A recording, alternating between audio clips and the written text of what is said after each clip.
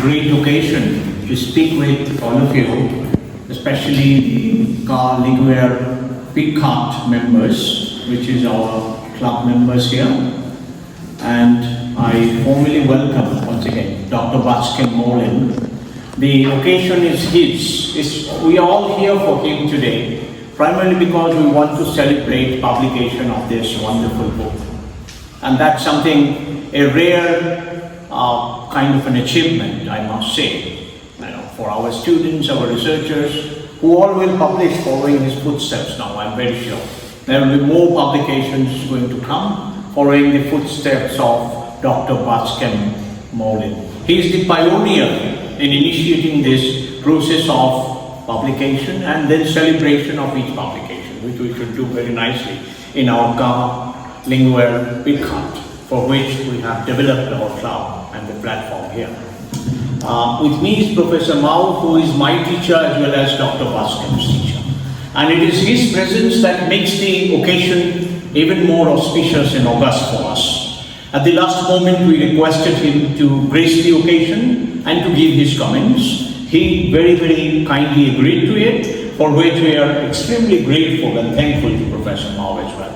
And Professor Mao was not there on that day when we inaugurated our club. He went to Greece on a bigger academic program, which brings laurels to our department as well. So we knew that he was absent for a very important purpose, which is the purpose of philosophy teaching, researching, for which we all look forward to as well as a senior colleague and also as the now the senior most teacher in the department at this moment, Professor Mao. So now we are all gathering here with a kind of a joy in our heart.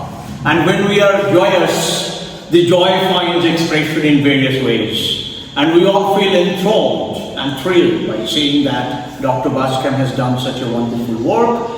And the work is, of course, something very exceptional. There is no such book in the philosophy circuits of India which actually addresses this question of people getting angry, organizing, mobilizing them in anger, and expressing themselves in any form of anger, be it in the form of a cockroach, be it in the form of a rhino, be it in the form of a Kafkaesque kind of an insect as well. So people can express their anger in every form. And when they express their anger is not something like solitude, where you are expressing your own thoughts to yourself, your own feelings to yourself. It's not something like a private language anymore. Anger is rather a public expression. And every public expression has a public cause with it. Now, doing research in philosophy is also a public cause. It's a public cause because research in philosophy exactly finds out the reason, the causes, the emotions behind when collectively we decide to do something. Collectively we decide to bring a social change. Collectively we want to correct certain wrongs. Collectively we want to re-establish the moral universe for ourselves. And therefore anger is just the tipping point. Anger is not the ultimate. Now when he writes Age of Anger, I was asking him, what is this expression that you are inventing, Age of Anger? How can you say, like Job or Sartre said, Age of Reason? Of course we understand what is Age of Reason. But what is this Age of Anger? Do you want everybody to get so angry that they believe that they live in an age of anger? Of course he had no answer to these questions. But what is going on in the world today, you can see largely how there are this mob psychology. People are mobbed. Mobs are formed everywhere on the slightest instigation and pretext.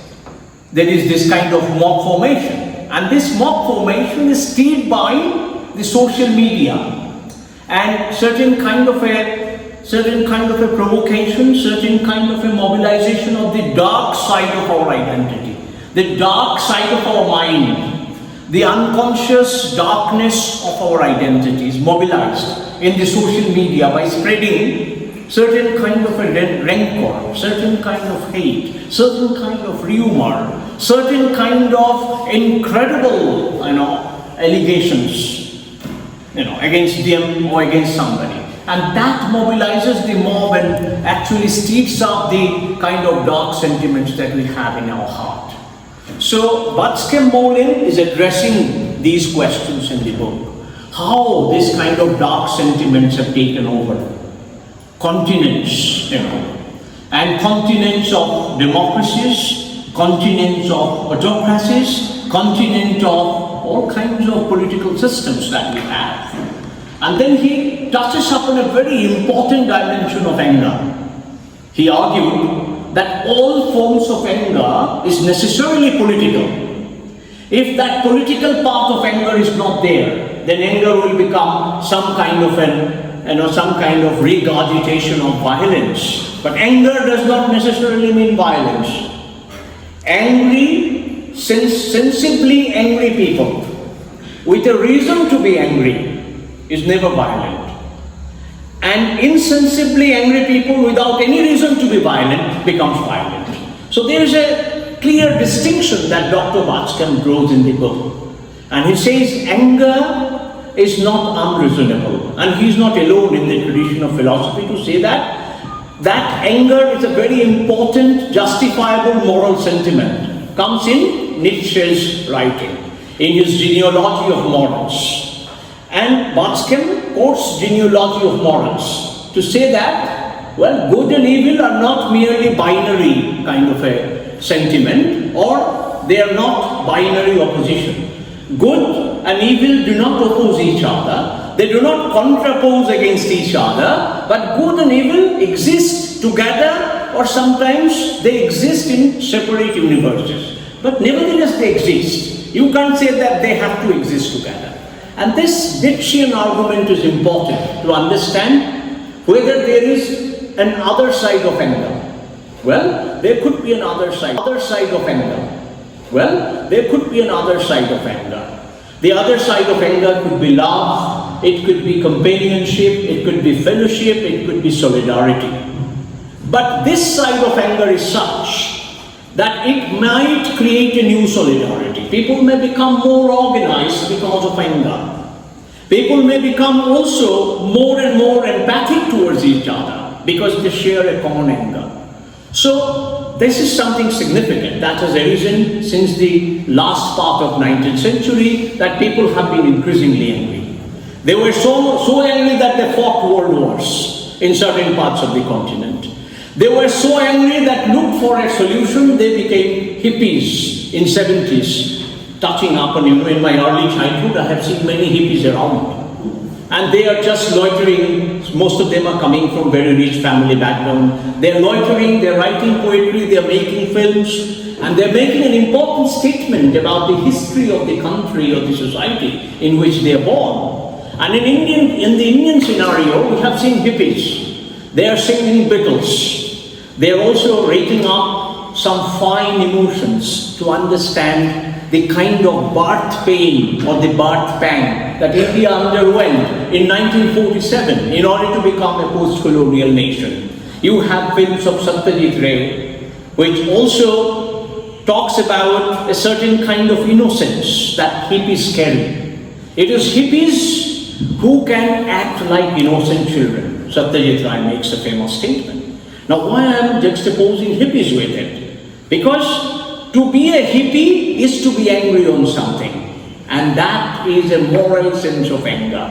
You cannot be a hippie without a moral sense of anger. You can be a rowdy without a moral sense of anger. But a hippie is not a rowdy, and it was an important countercultural kind of movement that we have seen across the world. Indian youth has taken part in that kind of a movement out of anger. And now we talk about cockroaches. Who are these cockroaches? It's a metaphor. It's a metaphor of anger. The anger finds its reflection in the dirtiest, filthiest part of our existence, where cockroaches live. But cockroaches survive through all these miseries and penury and privations. And cockroaches can crawl and curl up to the stage and can make their presence felt because they are coming carrying the slime and the loathsome things of the society to which they are subjected to. They are not creating any doubt. but they are subjected to a dirt which they bring now on the table for the notice of the larger public. And there is this wave of anger that is blowing in the country in the form of cockroaches. I'm not saying this anger will explode and it will become something like Gen Z revolution here and there. Being angry and creating a revolution are totally different things. But being angry is a tipping point where you look at your own moral sentiments. You re-argue about your own existence. And this book fantastically covers all this. It covers revolution in Turkey, revolution in Egypt. It also covers the kind of autocratic tendencies that have come up, because anger doesn't find a resolution. Anger creates an autocrat. And he gave examples of the autocrat. I don't want to name them. You know who are the autocrats. And the other side of autocracy is this democracy of cockroaches, which is now manifest. So Dr. Batskhem had shown us through his analysis that we are heading towards a democracy of cockroaches, a democracy of anger, which is justifiable political and moral anger.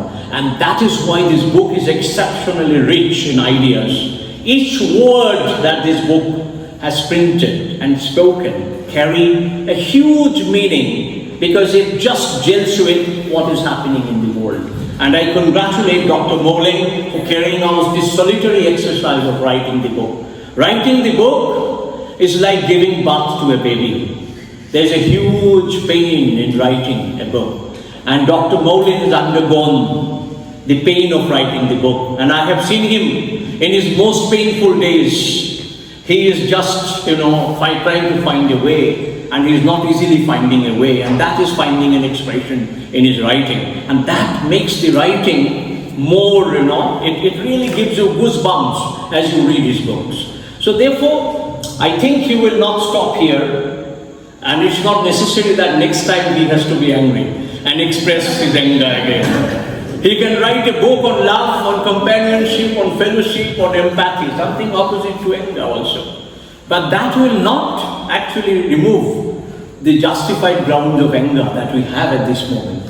So he has done a moral groundwork for a new kind of moral and political philosophy in that book, which will really remain very vibrant, at least for next 5 to 6 years to come. This book will be read very much by many, many people. So I congratulate him once again, and I also thank him for organizing this beautiful program along with our club members. Of course you are a member, but this is a special occasion like your birthday. When we are inaugurating your book, it's like the birthday of the book that we are celebrating here. Of course it's not author's birthday. The book, once the author has written, it is for the readers to understand. Author is no longer the author once the book is written. So we are celebrating birthday of your book, which you have brought to the world with a lot of pain and a lot of suffering and a lot of struggle, to which we are all empathic. Therefore, I think we will to celebrate this book and encourage Dr. Batskhem to write more and more. And we should take this thread out of him that all of us have to write now new things. It's not just the age of anger on which we will stop. We will find out many other dimensions of our time, and each of us will produce a different kind of book for readers today. Thank you for this wonderful evening. Batskhem Mawein has successfully published from a well-known publication house, that is New Delhi, London. So the fact that a famous publication house has published, that itself speaks volumes of the quality of the book. And when I look at it, even the quality of the paper is also very good.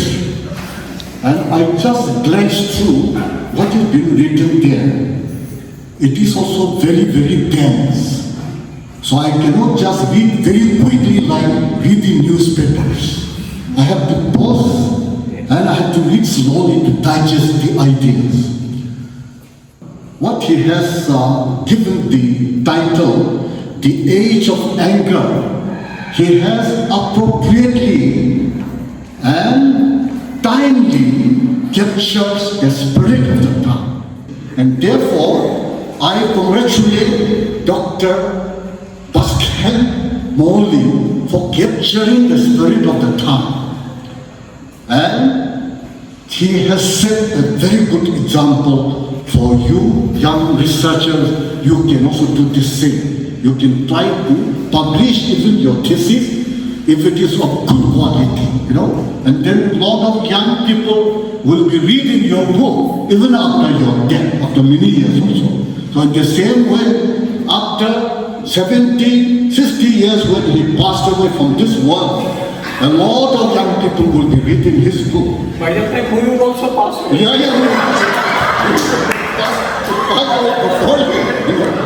Yeah. So that way, I really offer my deep appreciation and congratulations to him for thinking out this way. And of course, to a certain extent, the credit also goes to his former supervisor. So I congratulate both of them for the wonderful publication from a standard publication house and very good quality book. It's really excellent for setting a good example in our department. Young people will emulate you, will imitate you. Thank you very much. The age of anger argues that contemporary politics is undergoing not merely an institution or institutional chaos, but a moral and spiritual crisis. Anger, if you look at this term, anger, it was regarded as irrational.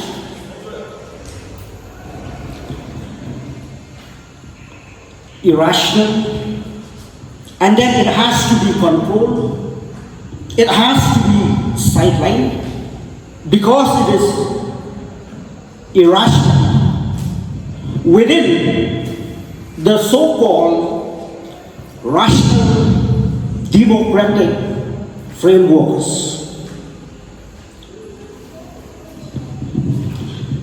The book reveals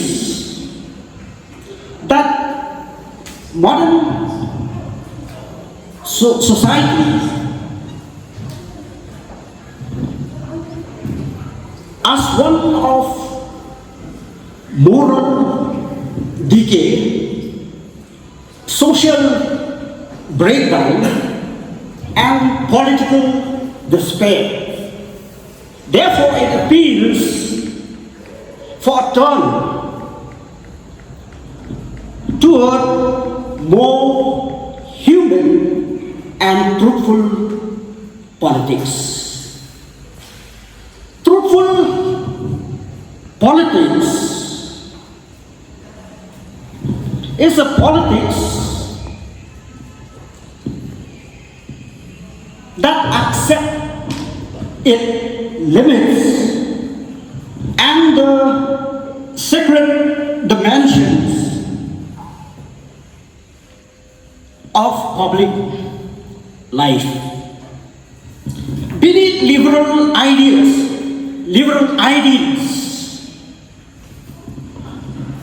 nationalist passions everywhere, lie deeper structures of faith, resentment, disillusionment that has shaped how people perceive, how people think, and how people experience power, identity, and belonging. The title of the book is Broken Promise.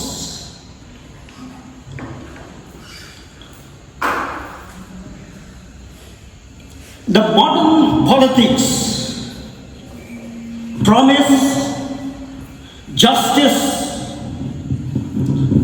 truth, equality, fraternity. These are the promises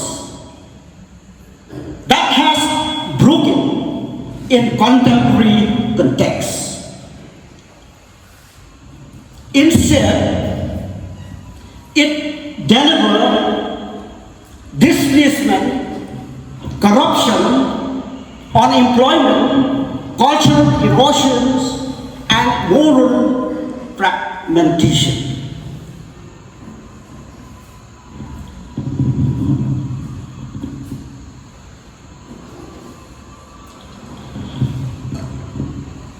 Because you see, we have to look at it from a deeper level. That is why the book, it moves beyond surface level analysis of elections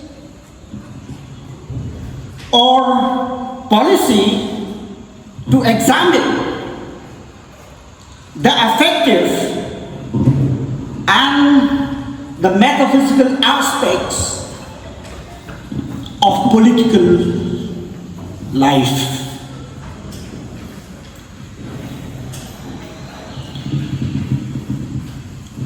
The age of anger calls us for a truthful politics.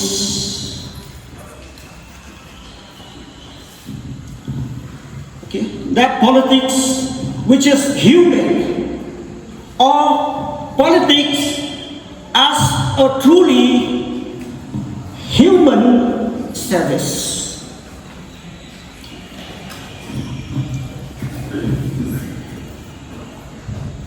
Because we have seen around the world the hidden religious ideas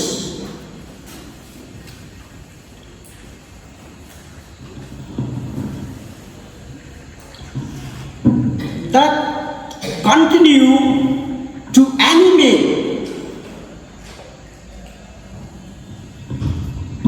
in the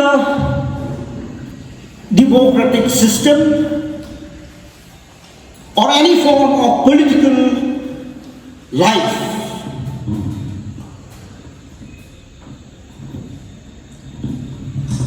What is required is the politics of transcendence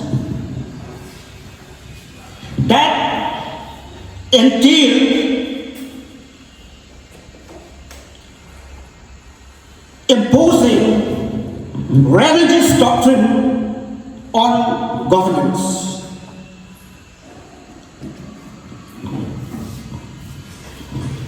As I told you, I'll not take so much time. The promise remains fractured, unfulfilled, but the human spirit has a hope that society's brokenness is never beyond repair. Therefore, throughout the book, it insists that it's worth trying to mend the broken politics. So, with this, I conclude my presentation on the book, The Age of Anger, Political Theology, and the Broken Promise of Politics. Thank you.